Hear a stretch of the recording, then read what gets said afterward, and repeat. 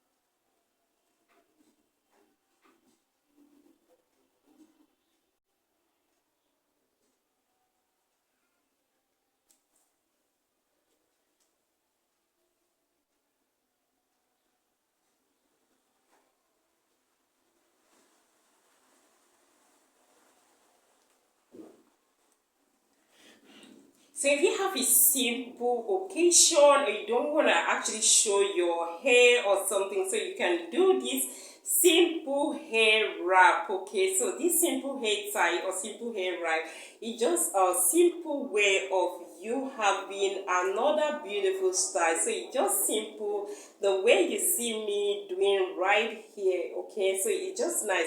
See, if you have probably like hair pin, you can actually pin it here, pin another one here, or pin another one here. Okay, so it's just simple, so simple for you to make. And also it's an advantage if you have a scarf that is stronger than mine.